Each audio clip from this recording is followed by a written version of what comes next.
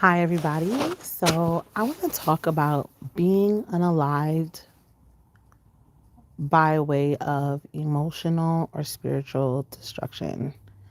So, everybody knows the general way of when someone unalives you by way of some kind of weaponry or um, some type of, let's say, chemical poison. But I think we need to talk about being unalive by way of emotional or spiritual destruction. So, being that I'm a woman, I'm going to talk on behalf of women or my experience as a woman, I should say. Though I do feel like this may also exist in for men, within toxic relationships. Um, there are many women who subject themselves to being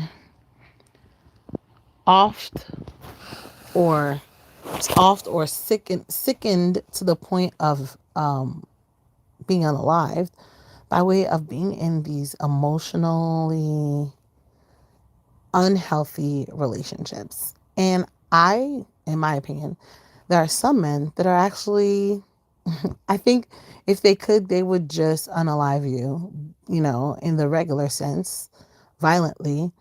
But to bring someone to meet their maker by emotionally destroying them slowly, though it is slow, there's not really a lot of way to prove that.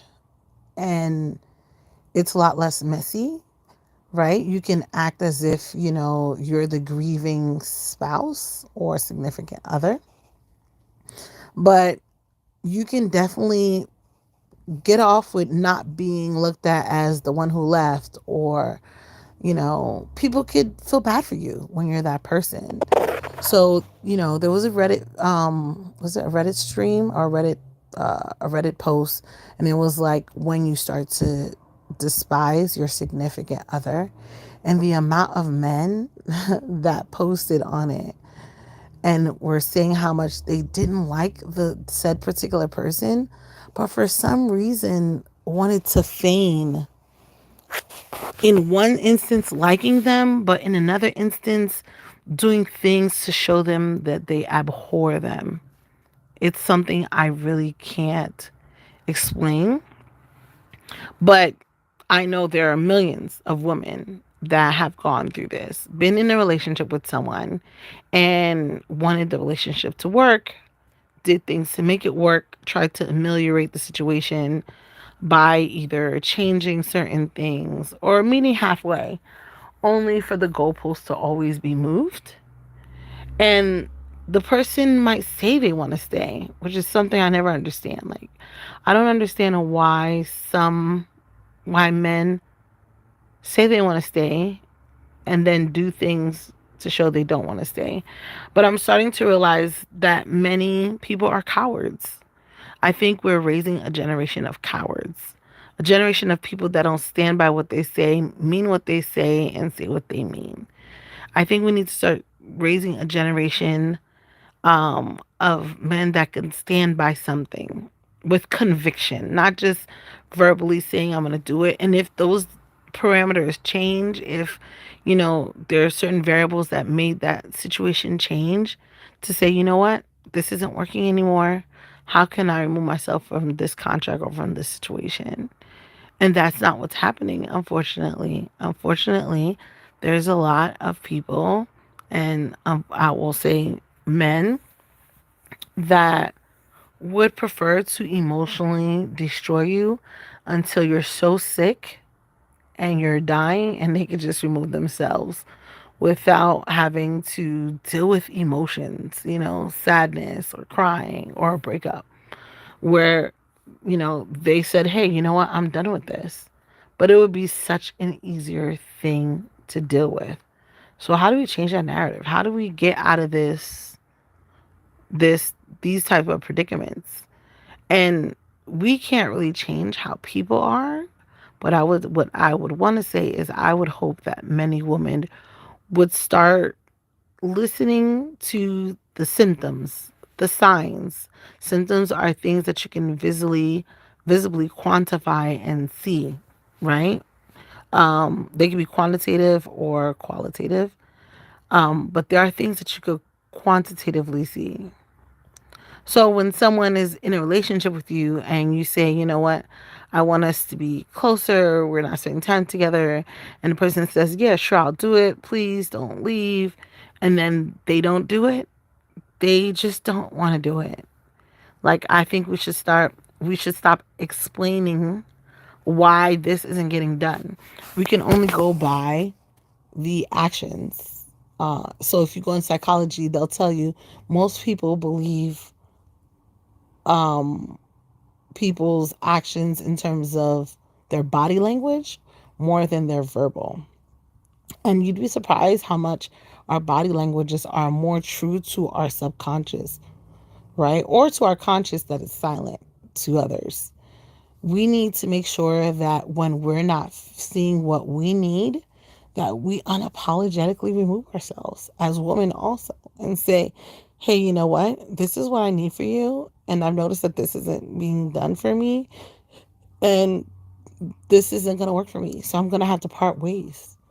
Now, that's easier said than done because I do understand there's certain situations where, for some reason, and I think some of that reason is because even though men might not want to be with us, they do like the qualities and the skills or the benefits, right? So the benefit could be you cooking, you cleaning, you helping me out when you being my FDIC bank, right? So I'm short, babe, can you borrow me $20?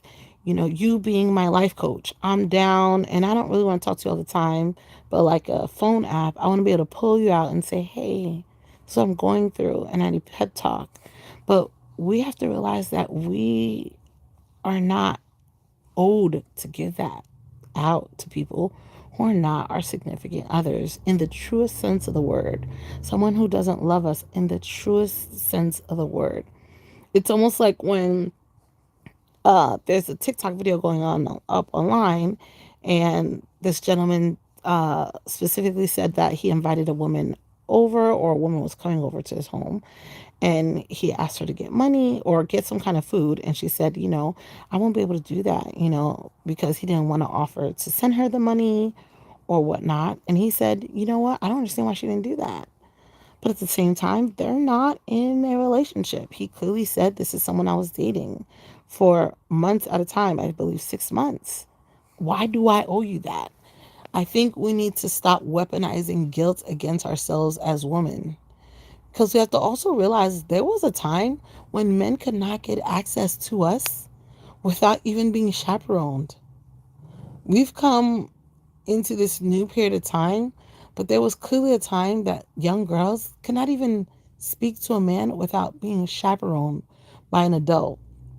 Now, we might not agree with those things now, but there were clearly reasons for that. And I think some of the reasons for that, whether we don't talk about it or not, is because a lot of women have been swindled. They've been tricked.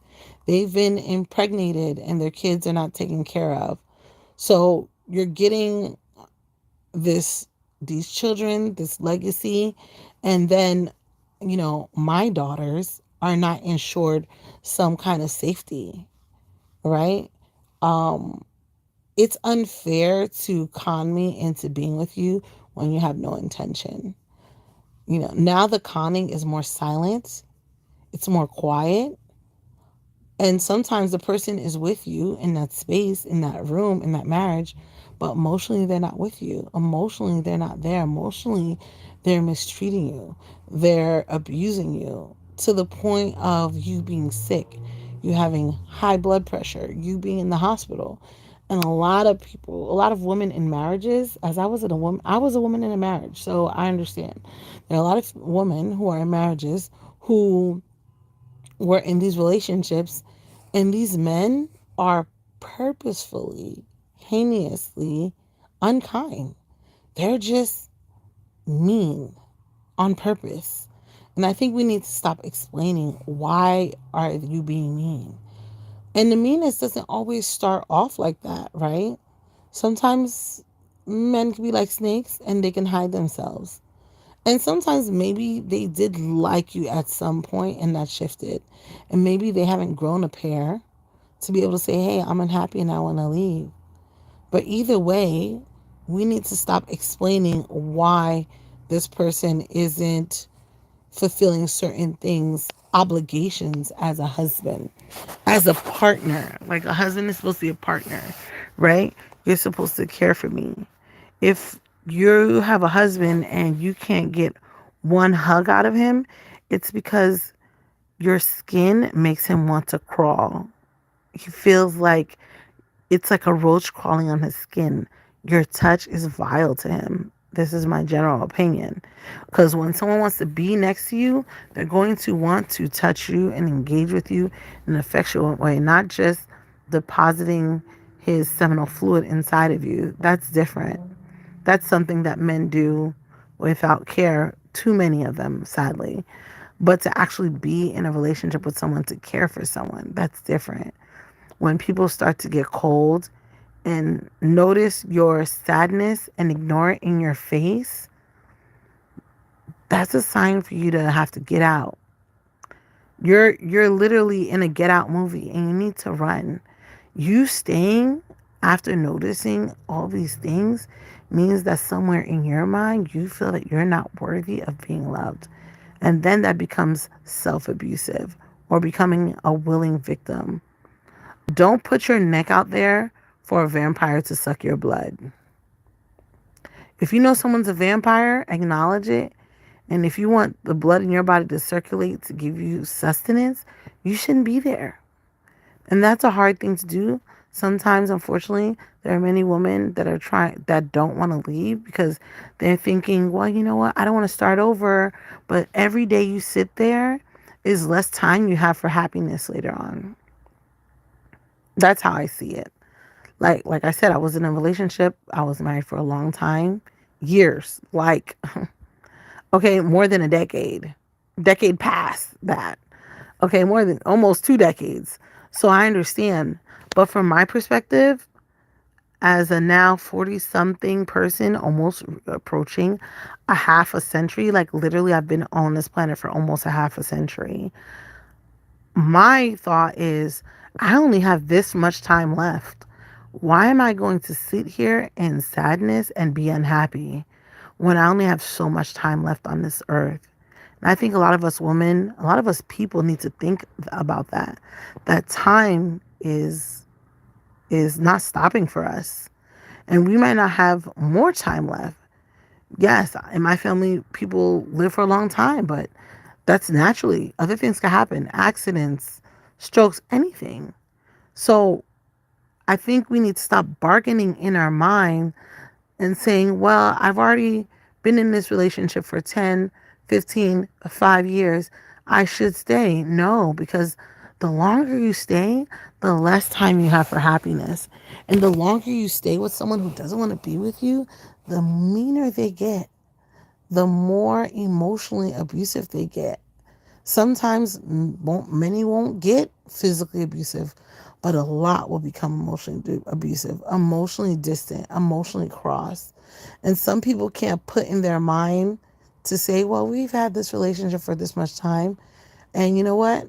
I've been here and I've invested in this. I'm going to really want to put my effort into it. A lot of men don't think that way. That's just the truth. And at some point, you have to know if you're going to save yourself or if you're going to be a sacrificial lamb. And the last time I checked, many of us women are not Jesus and we're not the Messiah. You will get no prizes for your sacrifice. Actually, to be quite honest, if a man really doesn't like you and it's showing in society, he's going to start to resent you because everyone's seeing you as this good person. You're so great. Oh, you have such a good wife. Actually, he starts to hate you more and resent you more because you have this respect and how people honor you and revere you as a good person when he knows in his spirit and in his mind that he's evil. All the prayers you're putting over him, he's resenting that because he's sitting in his demonic spirit mindset. That's the only thing you can explain that to be, a demonic spirit, right? Someone who keeps you spiritually binded with them when they know they have no intention of making you happy, that is demonic. That is like the core definition of being evil. And yeah, it might seem subtle to you, but it's not. And you're wasting your own time.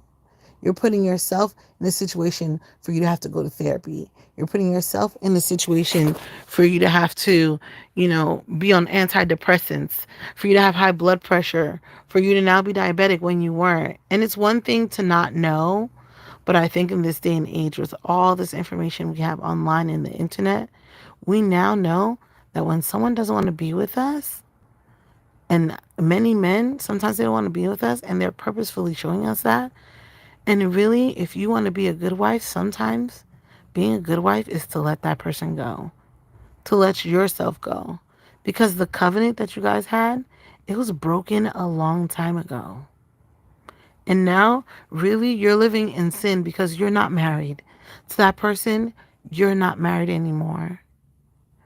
You're just literally, you know, having intercourse with a person, and you're the dead body that's just laying there to that person or him. Either way, life is short and we should not subject ourselves to that. Thank you for listening to my